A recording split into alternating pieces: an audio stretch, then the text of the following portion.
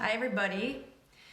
It is Thursday evening and I have been awake since 1:30 this morning. So I figured doing a talk on sleep and how stress impacts your sleep would be perfect for tonight. So as everybody's tuning in, I am Dr. Jordan Leasure. I'm the owner and physician of North Shore Proactive Health, a wellness clinic in the northern Chicago suburbs.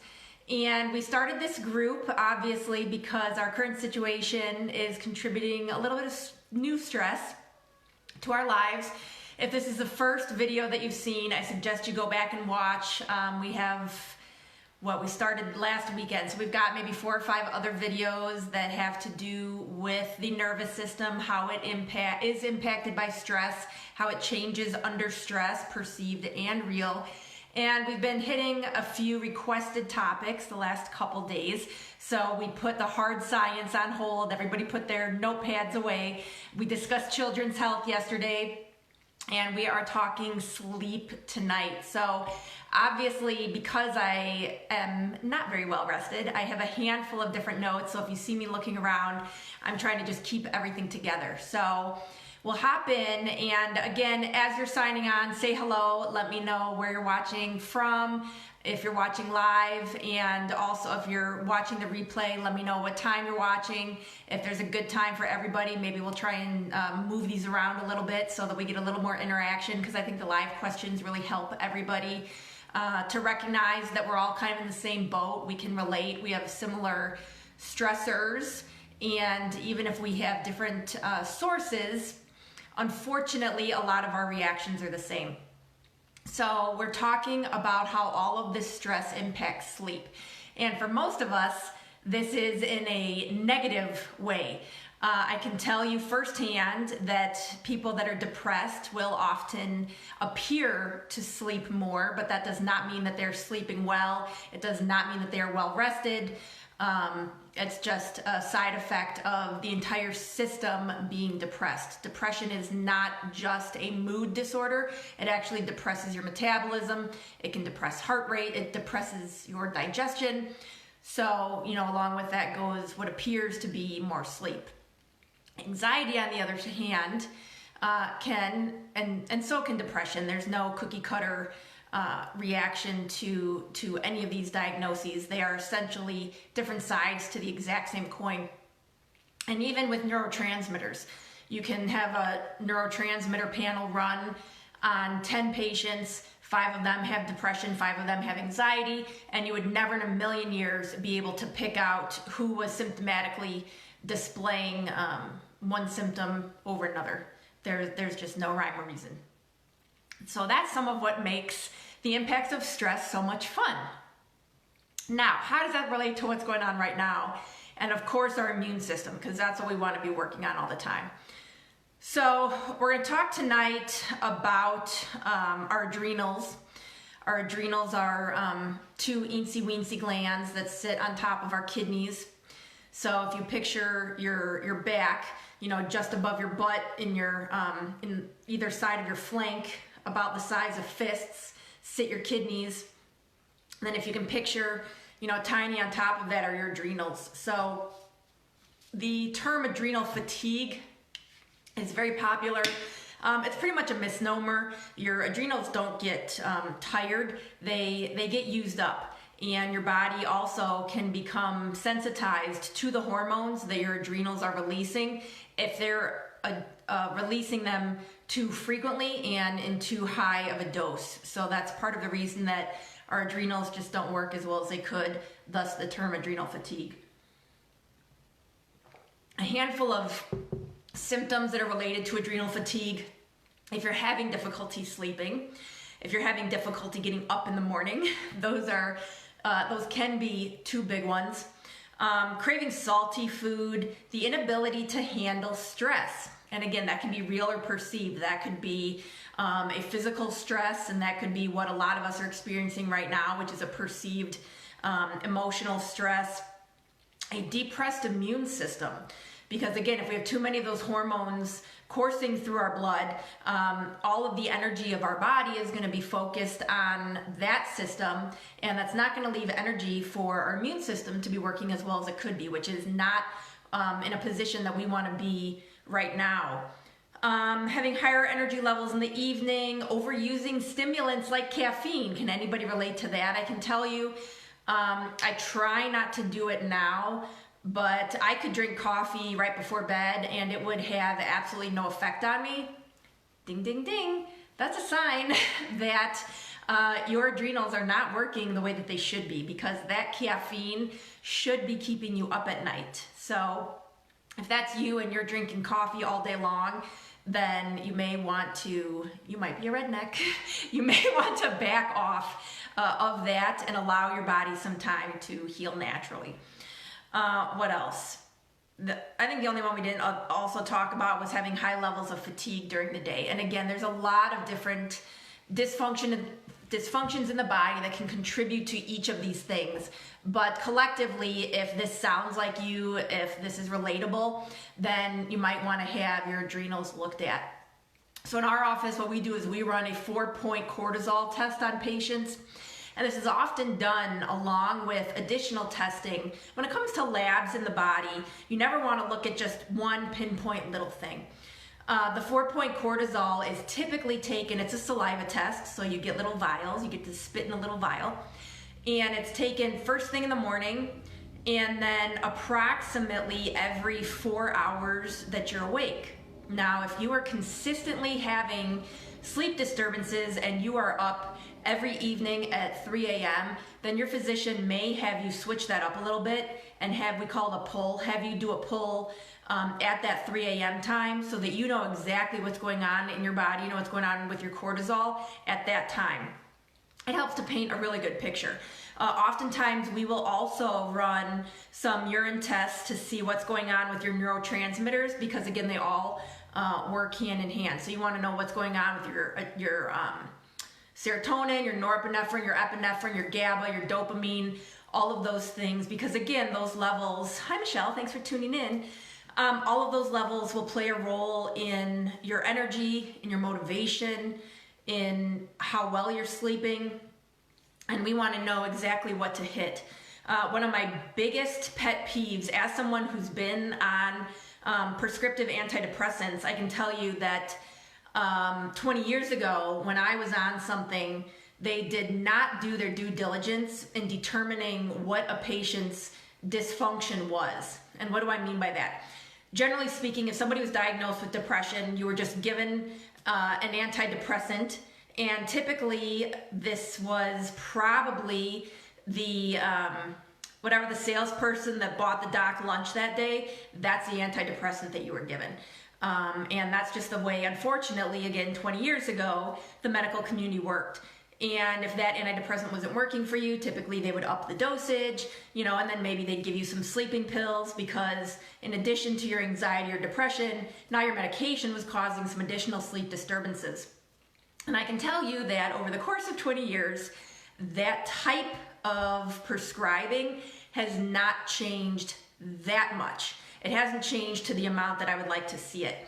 Now, I was fortunate enough that I was on a handful of these different drugs, and I never drank in high school or early college.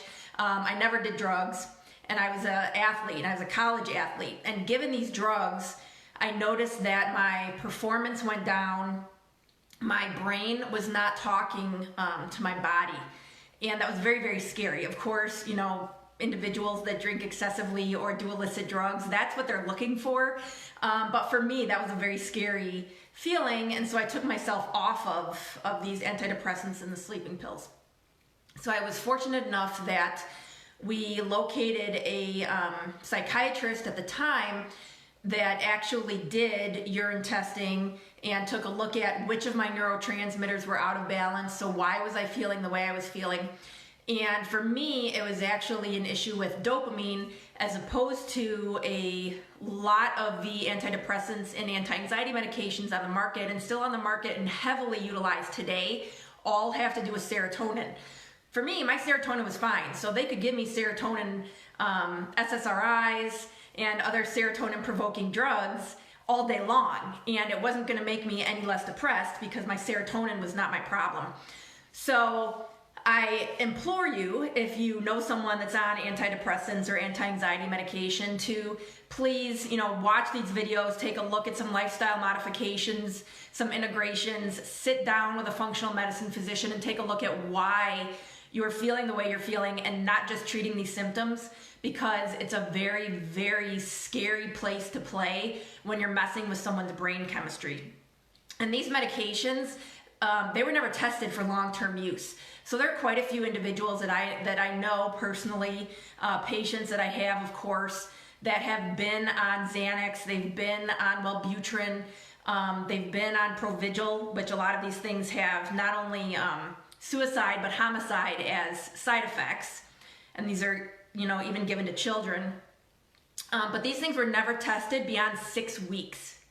And there are people that are on them for 5, 10, 15 years, sometimes longer, and there are changes to your brain chemistry immediately, and they're irreversible changes. So if you've been on something like this for any length of time, I can tell you you're not the same person that you used to be. You're not going to be thinking the same way. Things will be rewired, and it's never too late to modify, but some of that stuff is irreversible. I had a really good quote. What was I trying to remember? Xanax actually shrinks your brain. And there's not a lot of us that have that kind of room. So again, I implore you, Michelle, it is so scary. And again, I don't come up from a place of judgment. We see a lot of postpartum care in our practice. And, everyone has their own story, I myself as well. And there are people that literally need this kind of intervention to pull them back from the cliff, but that's what it was designed for.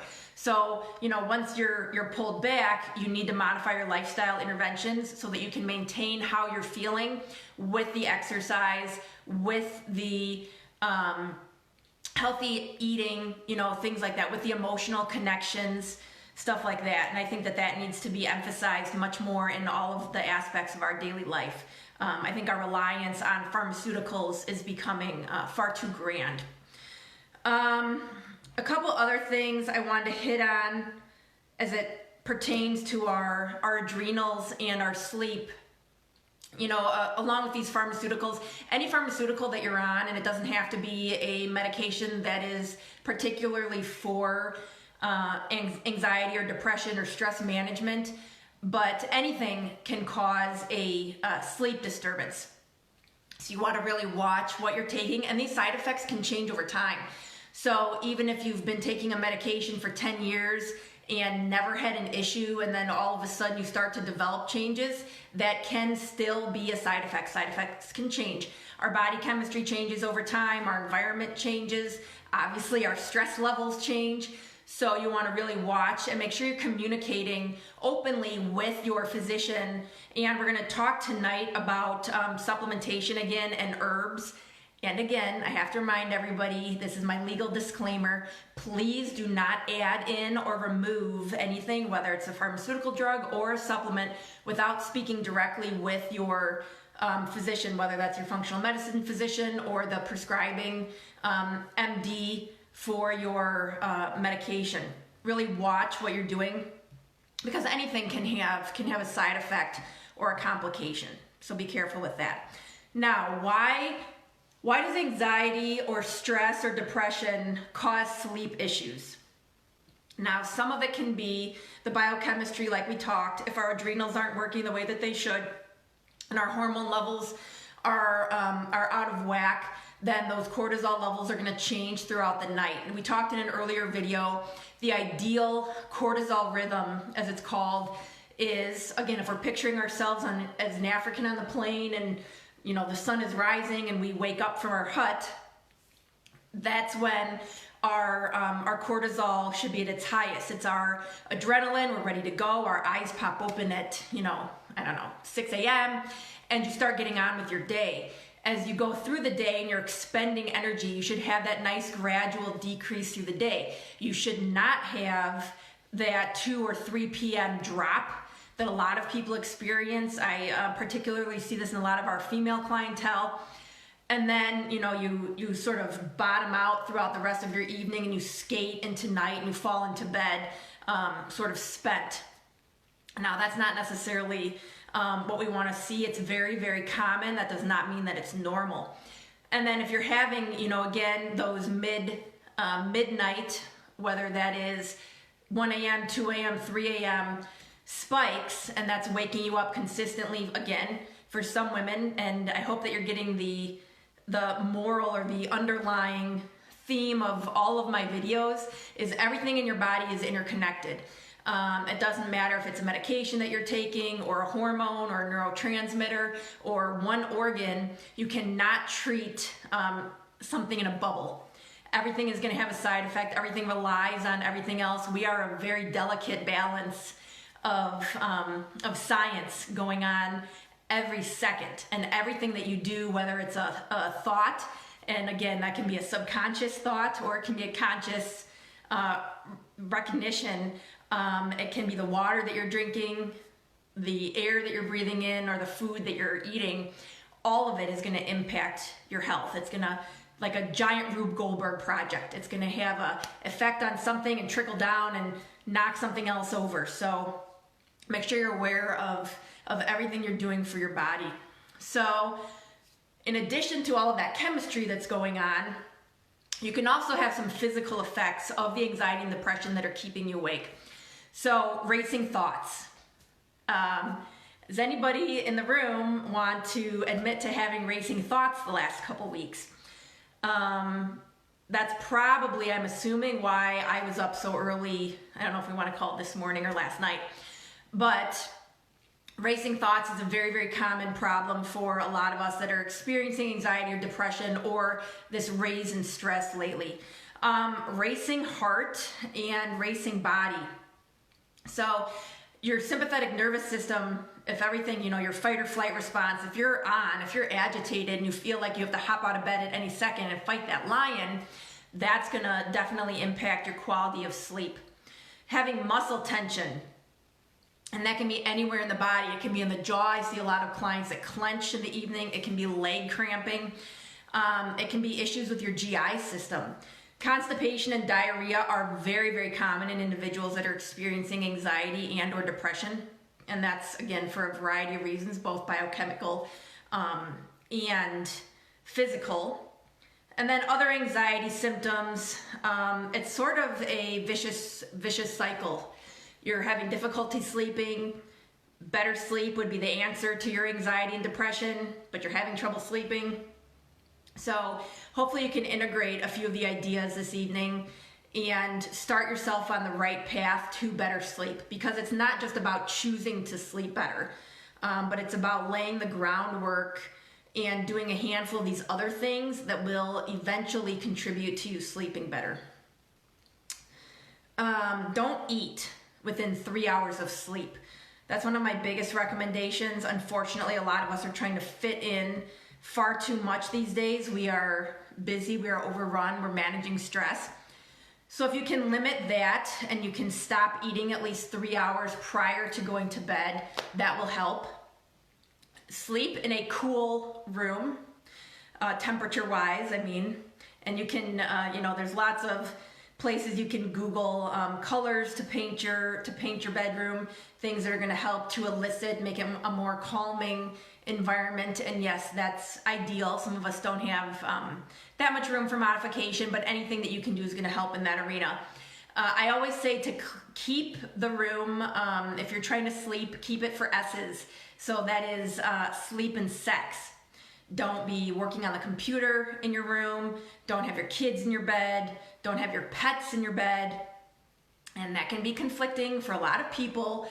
But remember, and there's multiple reasons for that. You took your dog for a walk yesterday and they walked through the mud or they walked through who knows what, and now they're laying in your bed and rolling around on your pillows and stuff. Ugh. And I understand wanting to snuggle with the pets. But yeah, I would, if you're having trouble sleeping, keeping them out of the bedroom is one of the best things that you can do. Don't watch TV in bed. Ideally, no electronics would be perfect. That blue light, again, if you can stop doing that, whether it's in an office or in your bedroom, Stop doing that a few hours before sleep as well will also help your brain re-regulate and release the neurotransmitters that they should be, that will be more calming, as opposed to the light being stimulating you all night long. If you have issues where you're waking up at night and you're checking your phone, if you're still sleeping with your phone beside your bed, and you're checking your phone in the middle of the night, same thing. That light is essentially, you know, like the sun rising for a rooster, and it's gonna wake you up and it's gonna keep you awake.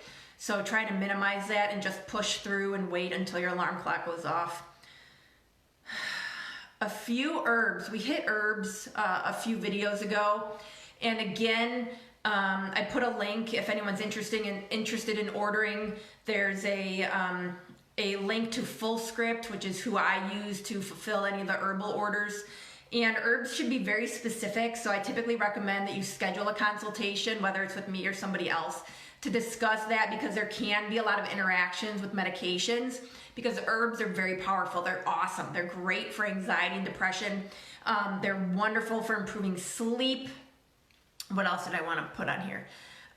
If you're taking rhodiola, for instance, you can actually, because it is so beneficial, you can actually get by on less sleep. So if you're the kind of person that typically needs like 8 hours of sleep, or you're feeling run down, you're feeling tired, you're not getting much done, if you start taking rhodiola, you may actually notice that, you know, you're doing well on 7. So keep that in mind. There are some additional benefits, not just the mood enhancement benefits of some of these herbs. B6 is fantastic. We talked about that a little bit a video ago, because that releases GABA. It's a relaxant. It sort of helps to mellow things out. GABA's great at that. If you're dosing with that, you want to be taking it until you recall dreams, which is kind of cool. Again, each of us, our chemistry is very different. Our size is different. How we react to different things is going to vary. So knowing how to be taking these different herbs and vitamins is super important. Taking amino acids. Amino acids are great. Amino acids are the building blocks for protein. You may remember that from junior high science. And that helps with our muscles. I, in a previous life, was actually training for a bodybuilding competition, so I was the queen of taking amino acids during my workouts and also before bed. They are terrific for helping with sleep. So if you have exhausted your options, if you feel like you're not seeing a benefit with any of these other herbal remedies, if you've tried melatonin, which is also a good one, you may want to look into your diet, of course, and or supplementing with amino acids. Magnesium. Magnesium is, I think everybody should be taking magnesium. About 80% of the population is magnesium deficient. Ladies, this is one reason that during menstruation we typically crave chocolate, and that's because it's high in magnesium. So you might want to investigate taking magnesium on a regular basis. This is another one that is typically dosed by size. Again, I'm 5'10", so I can take quite a bit of it. I take anywhere, and I take magnesium citrate in the evenings. There's lots of different types of magnesium, which is another reason it's important to work with your provider to determine which of your tissues you want to be taking the magnesium for. So magnesium is a muscle relaxant. Now the type of muscle, whether it's smooth muscle, skeletal muscle, cardiac muscle, that is being relaxed, good evening, Jan, that's being relaxed is going to be determined by the type of salt that your magnesium is bound to. So most of us are familiar with magnesium oxide. That's what you'll typically find at your big box store, where you can get like 3 months worth for $10. Thank you. I would suggest staying away from mag oxide.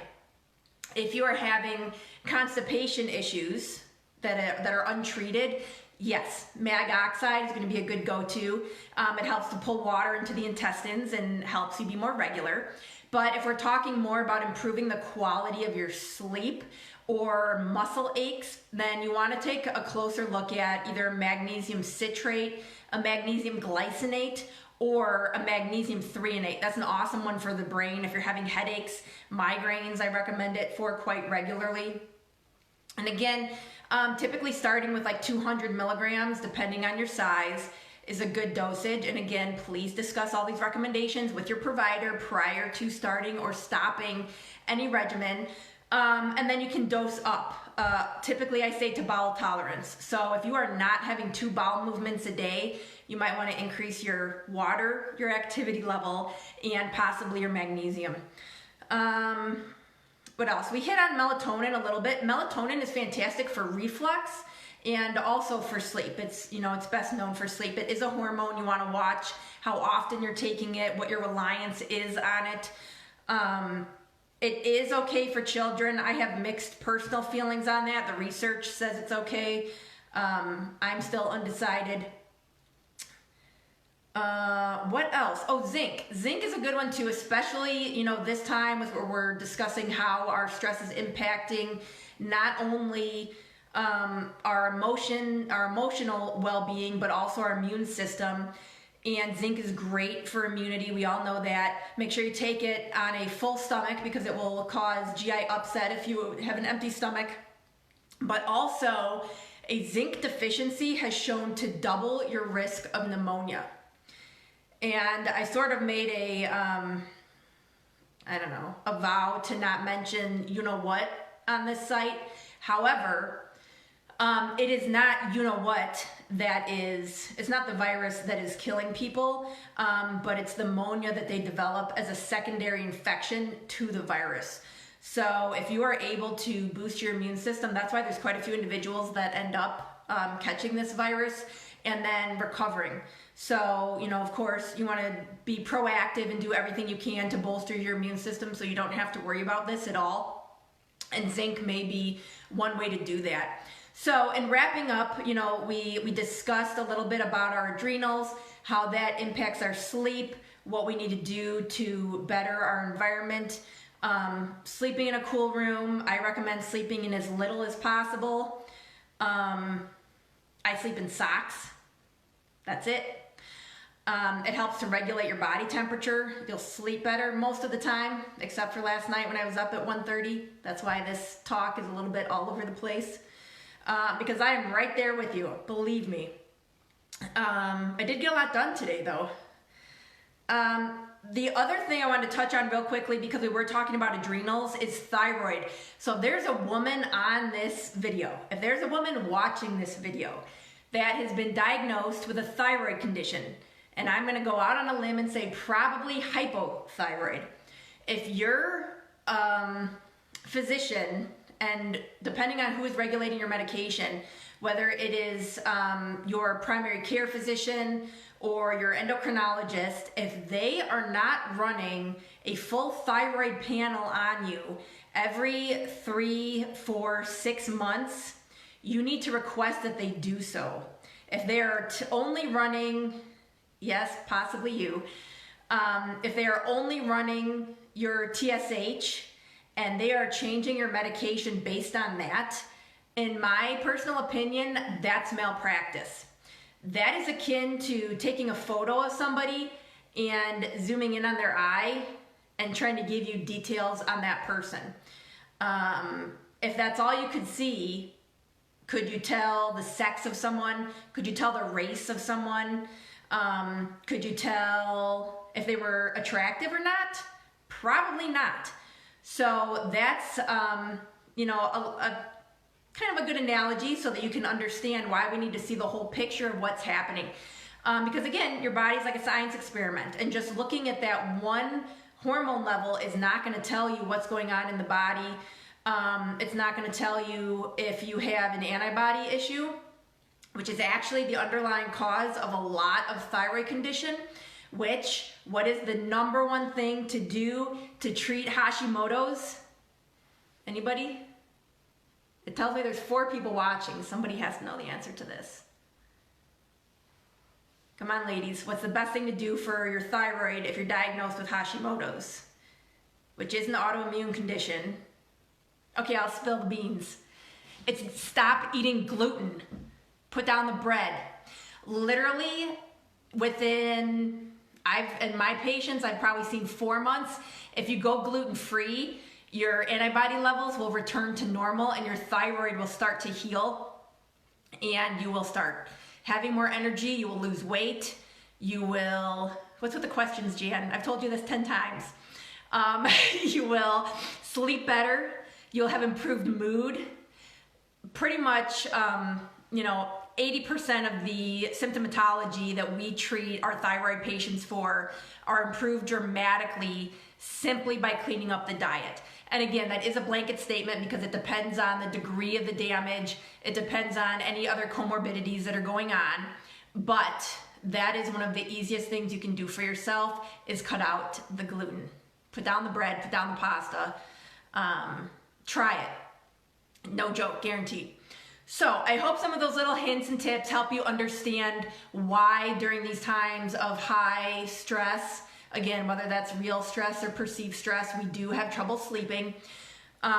Take a look at some of those supplement recommendations that I made. Maybe look at your bedroom and see what can be improved, what can be tweaked. This is the perfect time. Go on House and get some inspiration. Do a little bit of interior designing while we're stuck at home. And create, and it sounds kind of funny, but do create your sanctuary. And then if you're engaging in some of that mind-body wellness, incorporate those tools as well. Whether it is your healthy breathing, your deep belly breathing, your meditation, or your gratitude journal, all of those things are going to be beneficial when it comes to improving your sleep. So take a look at what works for you. We all know that better sleep is going to help us sleep better. It's going to decrease our anxiety, yada, yada, yada. But how do we get there?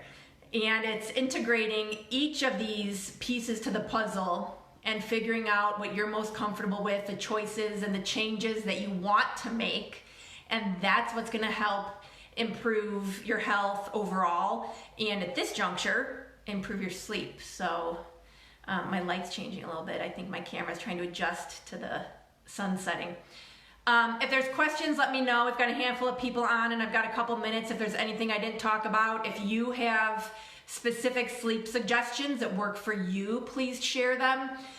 If you're just tuning in now, go back and check out the beginning of the video. We talk a little bit about medications, my experience with antidepressants, and some different side effects.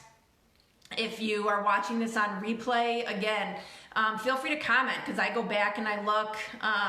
If there's questions, if there's anything, of course, always that you don't want to discuss live, feel free to send me a private message so that we can discuss offline, or if it's something that you would like feedback from the group, I'm happy to post anonymously for you. We have lots of options. This is a group setting. This is for you guys to educate each other as well. I know a lot, but I don't know everything, and I'm happy to admit that. So if I can be of service, please reach out. We do have discounted functional medicine visits available next week. We're kind of taking that on a week-by-week basis, depending on availability and depending on how long we're trapped in here. So we'll see.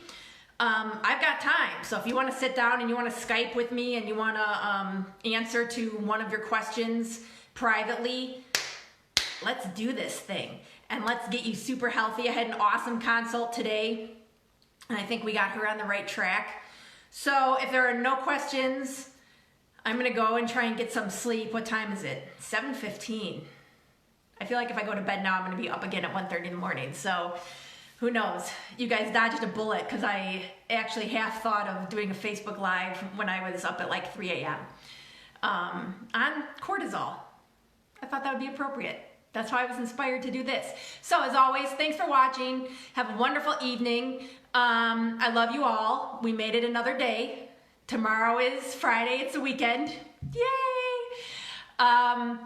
I appreciate you watching. I appreciate you sharing. I appreciate you inviting people to the group because, again, I think we need to get the message out. It's okay to not be okay. And you never know who needs to hear that, and you never know who needs a little bit of support, because when you are feeling anxious and you're feeling scared, it definitely can change some of your behaviors. I have a friend online. I'm just going to close with this real quick. And he said that we need to use, it's normal to feel scared, especially now, and we should use being scared for massive action. And that's my plan. That's why I started this group. I've got some fun things in the hopper. And courage is the ability to do things as you're pushing through the fear. And I think a lot of you can relate to that. What we don't want is for our fearfulness to turn into, us being scared to turn into fear and to cause us to retreat. Because that's coming from, a place of vulnerability. So we definitely want to spur some action, kick some ass. I love you all. Have a wonderful night, and I will do my best to find a time for our live so that I can post it for tomorrow. I'm not quite sure about topic yet, so if you have something that you want to know about, or if there's something we discussed and you want a little bit more explanation, let me know, and we will continue this journey together. I love you all. Have a safe and restful sleep. I can't wait to hear everybody's feedback tomorrow. Mwah. Bye.